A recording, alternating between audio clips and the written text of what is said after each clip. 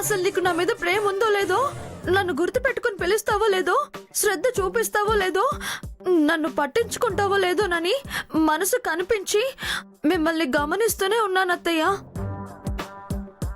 మీరు కార్ల దాకా వచ్చేసరికి నేను అసలు లెక్కలో లేనని ఫీల్ అయ్యాను. కానీ చివర్లో నేను లేనని ఏది వెంకటలక్ష్మి అని అడగటం నాకు చాలా సంతోషం కలిగించింది అత్తయ్య. పిచ్చిదానా, నువ్వే ముఖ్యమైతే నిన్ను మర్చిపోవడం ఏమిటి? ఇలాంటి పిచ్చి ఆలోచనలు తింగర్ పనులు చేశావు కాబట్టే వాడికి దగ్గర కాలేకపోతున్నావు. నువ్వు నా కోడలివే. పదండి పదండి, లేట్ అవుతుంది. పదండి. డ్రైవర్,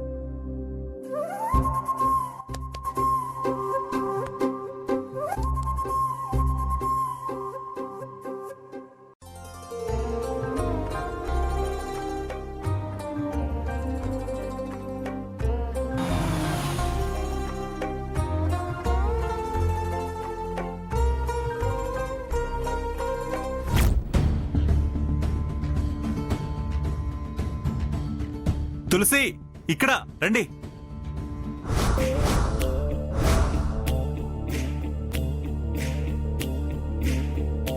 కూర్చోండి. కూర్చో బావా, కూర్చో.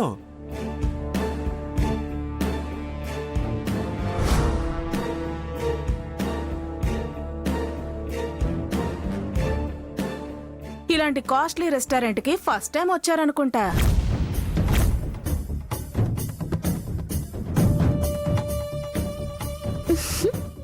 కదా ప్రియా? ఈ రెస్టారెంట్ లో మాకేం కొత్త కాదు దుర్గమ్మ. ఆల్మోస్ట్ సిటీలో ఉన్న పెద్ద పెద్ద రెస్టారెంట్లన్నీ తెలుసు. తెలియడానికేముంది, నువ్వొచ్చిన ఆటో డ్రైవర్ కూడా తెలుస్తుంది.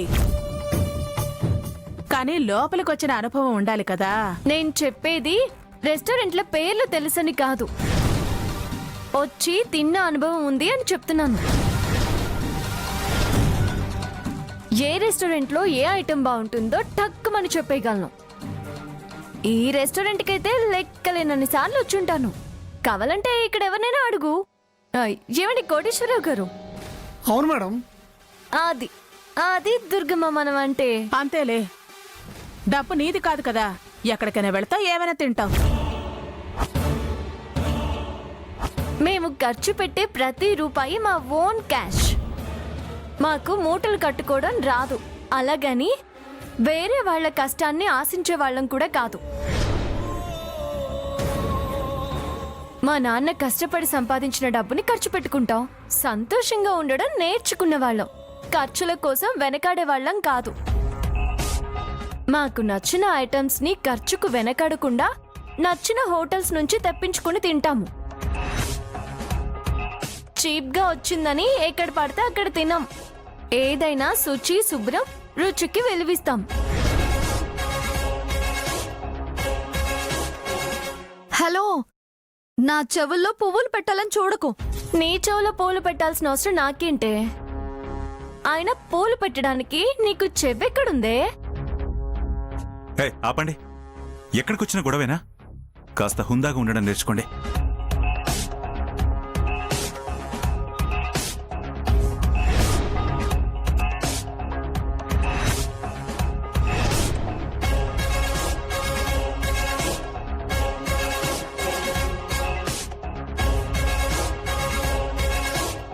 రామా, అదేంటి, పార్టీ మన ఫ్యామిలీ మెంబర్స్కే అన్నారు? డీసీపీ గారు ఆయన కూతురు కూడా వస్తున్నారు. వాళ్ళు కూడా మన ఫ్యామిలీ మెంబర్స్ లాంటి వాళ్ళే కదా, అందుకే పిలిచా. రండి సార్, కూర్చోండి సార్. నమస్తే అండి. కూర్చో. నమస్కారం. నమస్తే. కూర్చోండి. నమస్తే. నమస్తే సార్. కూర్చో కూర్చో. ఏమండి ఇప్పుడైనా చెప్తారా ఇంత గ్రాండ్ గా పార్టీ ఇవ్వడానికి కారణం ఏంటో? మీకేమైనా ప్రమోషన్ వచ్చిందా? ఎందుకు దుర్గా అంత తొందరపడతావు? కాసేపు ఆగితే అన్ని విషయాలు తెలుస్తాయి కదా. అయినా అందరూ ఇప్పుడే వచ్చారు కదా, కొంచెం రిలాక్స్ అవని.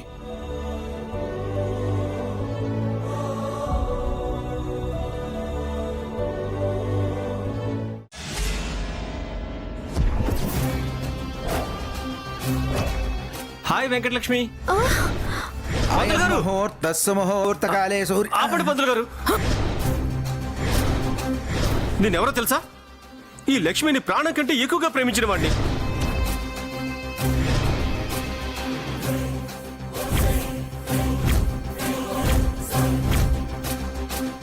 ఏయ్, ఎంత ధైర్యం రా నీకు?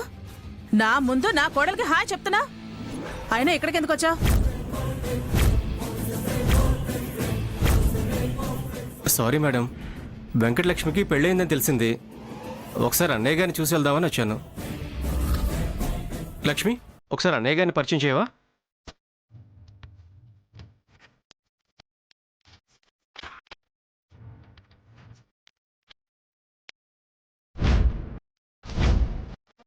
Please please Venkatalakshmi. బ్రదర్ నాకంటే ఏ విధంగా ఎక్కువ చూస్తాను? నాకంటే ఎక్కువ చదువుకున్నాడా? నాకంటే అందగడా?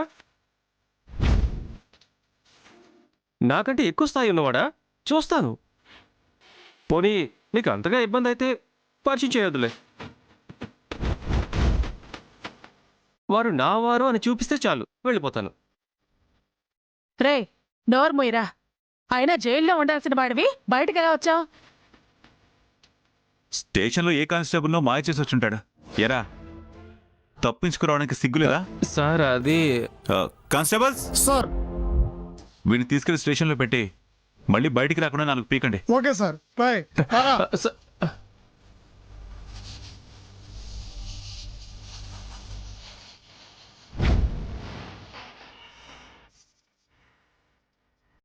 ఏయ్, ఇదంతా నీ ప్లానే కదా?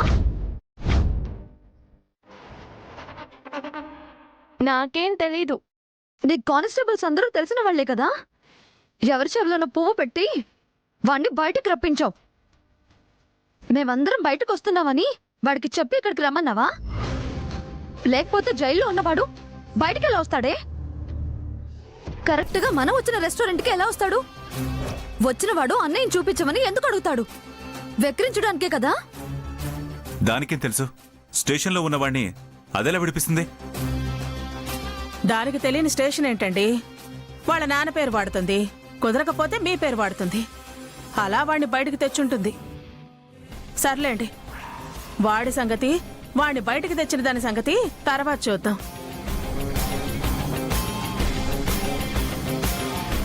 అవును, ఇంతకీ మన ఆదిత్య ఎక్కడా? పార్టీ ఉంది వస్తున్నాను అన్నాడు, ఇంకా రాలేదేంటి?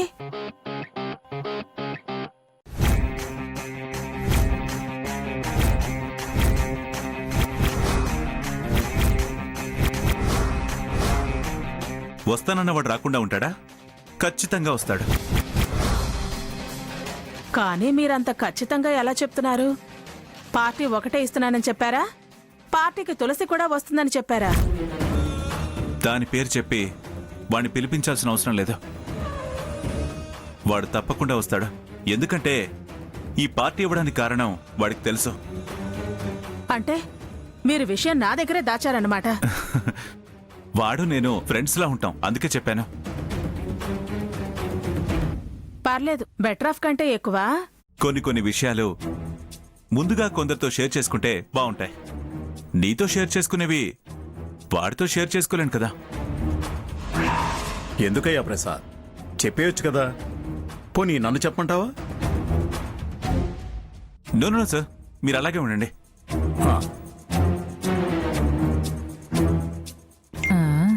ఇంకా ఎవరో వచ్చినట్టున్నారు.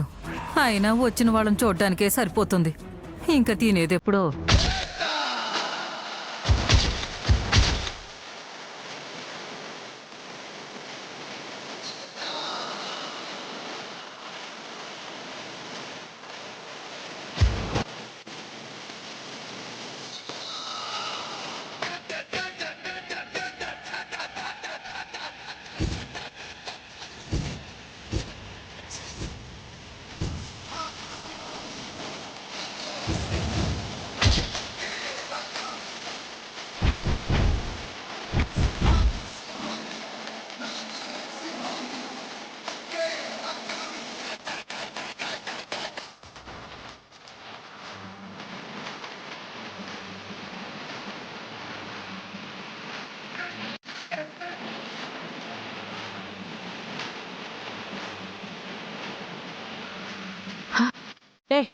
సరిగ్గా చూడవే.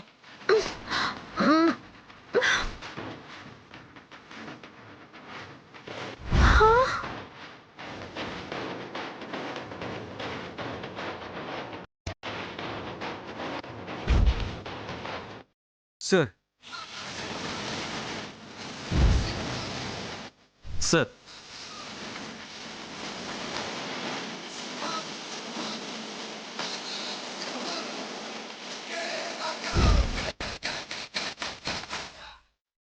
ఆదిత్య, బావ కదా?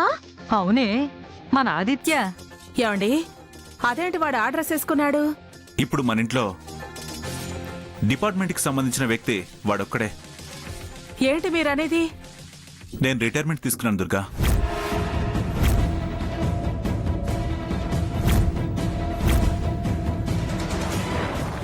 అదేంటండి, మీరు రిటైర్మెంట్ తీసుకోవడం ఏంటి? నేను వాలంటరీ రిటైర్మెంట్ తీసుకొని వాడికి ఎస్ఐ పోస్ట్ ఇప్పించాను Durga. Now Aditya is sub inspector of police.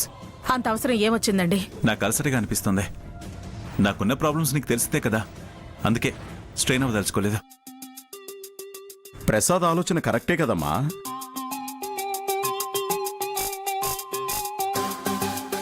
అమ్మా, బ్లెస్ మీ అమ్మా. రే రే రే రే కంగ్రాట్స్ రా ఆదిత్య. ఇక నుంచి నిన్ను పప్పు అనును, ఎస్ఐ ఆదిత్య గారు అంటాను. పప్పు అంటే పళ్ళు రాలగొడతాను. చేతిలో లాఠీ కనిపించడం లేదా? బావా, నువ్వు ఈ డ్రెస్ లో భలే ఉన్నావు. భలే ఉన్నావని అంటున్నావా, భయం వేస్తుందని అంటున్నావా? నా బావ దగ్గర నాకేం భయమే. ఇక నుంచైనా కొంచెం గంభీరంగా ఉండటం నేర్చుకోరా. అలాగే మంచి వాళ్ళెవరో ముంచే వాళ్ళెవరో కూడా తెలుసుకో. ఇది నీ ప్రొఫెషనే కాదు, నీ పర్సనల్ లైఫ్ కూడా మంచిది. ఎవరితో పడితే వాళ్ళతో చనువుగా ఉంటే నీ విలువ కూడా పడిపోతుంది. రే రే కూర్చో.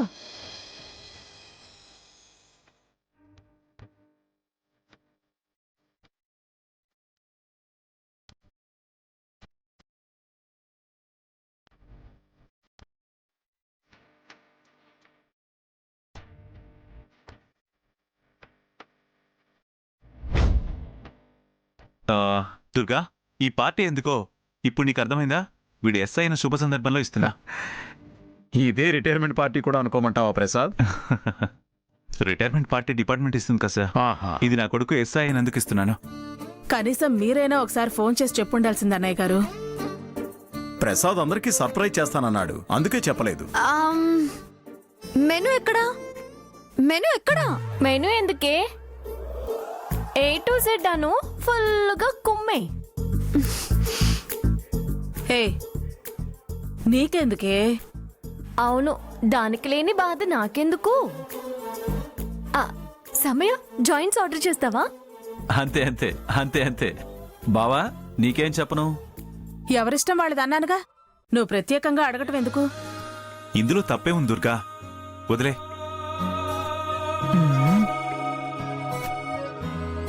ఇది ఎలా ఉంటుందే సత్యాలు?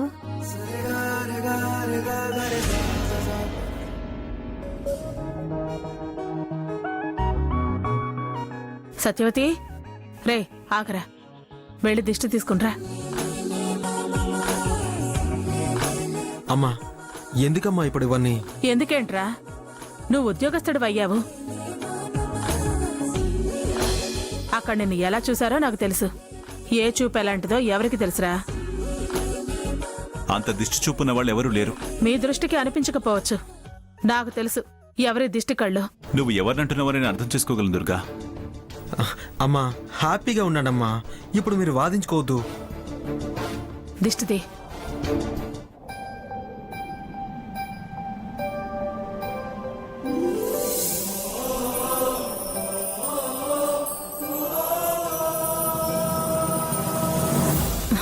రారా.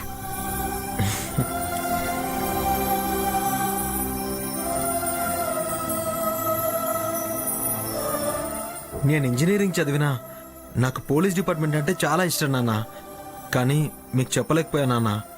నన్ను ఒక ప్రయోజకుని చేసావు, చాలా థ్యాంక్స్ నాన్న. రేయ్, తండ్రిగా అది నా బాధ్యత. అయినా నాకు తెలియక అడుగుతాను, ఈ విషయం అంత రహస్యంగా ఉంచాల్సిన అవసరం ఏమొచ్చింది? వీడి పెళ్లికి నువ్వు తొందరపడుతున్నావు కదా. వీడి కాబోయే భార్య వీడికి పని పాట లేదనుకోకూడదు కదా. అందుకే నాకు ఈ ఆలోచన వచ్చింది. వీడికి అర్హతలున్నాయి, నాకు అవకాశం ఉంది, వినియోగించుకున్నాను. నేను అలా అనుకునేదాన్ని కాదు మావయ్య. బావకు ఉద్యోగం లేదని నేను ఎప్పుడూ అనుకోలేదు. నేను నీ గురించి ఆలోచించలేదు, నీ గురించి అనలేదు. ఇదే కదా వాడి కాబోయే భార్య. అది నీ నిర్ణయం. నా నిర్ణయం వేరు, మీ నిర్ణయం వేరా? వాడు మన కొడుకు కావచ్చు, కానీ నాకంటూ కొన్ని అభిప్రాయాలున్నాయి కదా. నా అనే స్వార్థం కూడా ఉంటుంది. నువ్వు నా అభిప్రాయాలకు విలువివ్వనప్పుడు, గౌరవించినప్పుడు నేను నీతో ఎందుకు ఏకీభవించాలి? అందుకే నేను ఆదిత్యకి తులసికి పెళ్లి చేయాలనుకుంటున్నాను.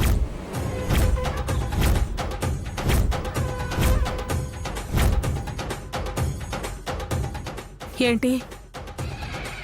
ఆదిత్యకి లక్ష్మికి పెళ్ళని నేను ప్రపంచానికి చెప్పాను. అందరికీ చెప్పాక మీరిలా మాట్లాడితే నా పరువేం కాను? నన్ను అడిగి ప్రెస్ మీట్ పెట్టావా? నా పర్మిషన్ తీసుకున్నావా? నువ్వు నీ అభిప్రాయం చెప్పావు, నేను దాన్ని ఖండిస్తూ నిర్ణయం తీసుకున్నాను. నేనేంటో నాకంటూ ఆలోచనలు ఉండకూడదా? నేనుగా నిర్ణయాలు తీసుకోకూడదా? నన్ను కాదు అంటే నేనేం చేస్తానో, ఏం చేస్తానన్నానో మీకు తెలుసు కదా. ఆ పని నేను చేయగలను. ఇప్పుడు మన మధ్య ఈ బ్లాక్ మెయిల్స్, బెదిరింపులు వద్దు దుర్గా. నేను నీ నిర్ణయానికి అడ్డుపడను, అడ్డు చెప్పను. అలాగే నువ్వు నా నిర్ణయానికి అడ్డుపడకు. నీ ప్రయత్నం నువ్వు చేయి, నా ప్రయత్నం నేను చేస్తాను. తెరకాసుగా మాట్లాడకండి. స్ట్రైట్ గానే చెప్తున్నాను. నువ్వు లక్ష్మితో పెళ్లికి ప్రయత్నం చేయి, నేను తులసితో పెళ్లికి ప్రయత్నం చేస్తా. మన మధ్య పంతాలు పట్టింపులు వద్దు దుర్గా, ప్రయత్నాలు మాత్రమే. బెదిరింపులు, తెగింపులు వద్దు దుర్గా. దేవుడు ఎవరికి సహకరిస్తే వాళ్లే గెలుస్తారు. అదే దైవ నిర్ణయం అనుకుందాం. రాత గీత అని అంగీకరిద్దాం. మీ పద్ధతి నాకు నచ్చటం లేదు. ఎడమొక్కలు, పెడమొక్కలు, కోపతాపాలు వద్దు దుర్గా. నేను అడ్డురానంటున్నాను కదా, అలాగే నువ్వు అడ్డురావద్దు. ప్రెస్టేజ్గా కూడా ఫీల్ అవ్వద్దు. స్నేహంగానే పోటీ పడదాం.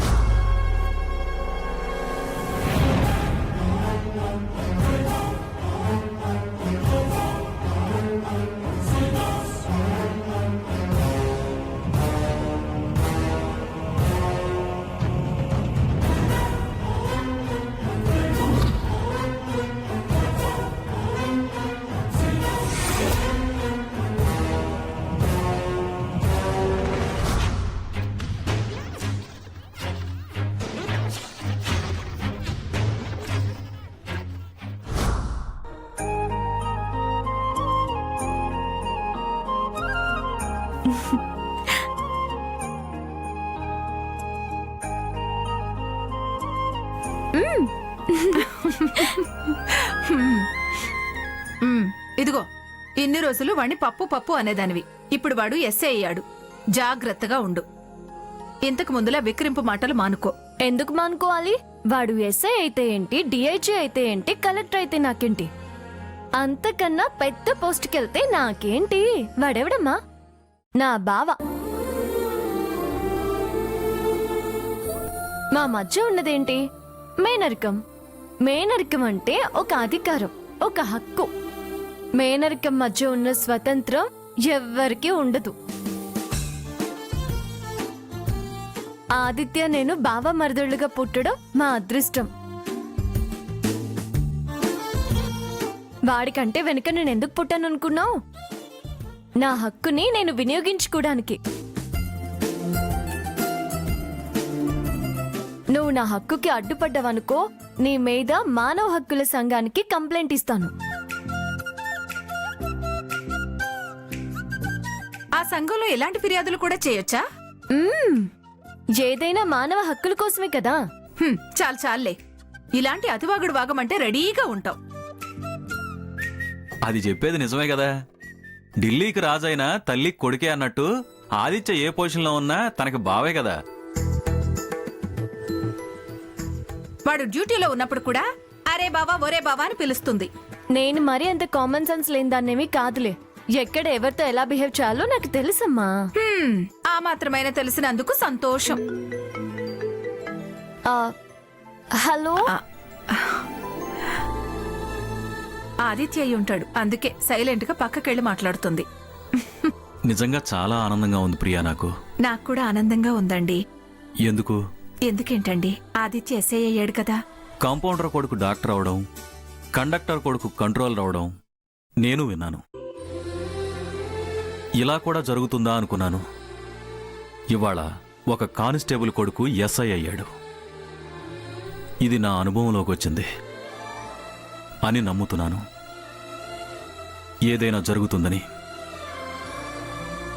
ఈ నమ్మకమే ఇంకో నమ్మకాన్ని కూడా కలిగిస్తుంది.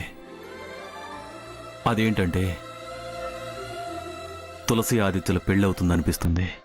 అవునండి, అన్నేవాణ్ణి ఎస్ఐని చేసి మనకి కొత్త బలాన్ని కలిగించాడనిపిస్తోంది. నీ ఉద్దేశం ఏంటి ప్రియా? అధికారం వచ్చింది కదా అని చెప్పి మీ వదిని క్వశ్చన్ చేస్తాడా? చేయగలడా? చచ్చా, నేను అలా అనడం లేదండి. వాణ్ణి చూస్తుంటే ఏదో ధైర్యం కలుగుతుంది అంటున్నాను. వీళ్ళ పెళ్లి జరుగుతుందనే నమ్మకం కలుగుతుంది అంటున్నాను. ఇన్నేళ్ల నిరీక్షణ, ఇన్నేళ్ల పూజలు దేవుడు వృధా కానిస్తాడా ప్రియా? తప్పకుండా వాళ్ళ పెళ్లి జరిపిస్తాడు. నువ్వు ధైర్యంగా ఉండు.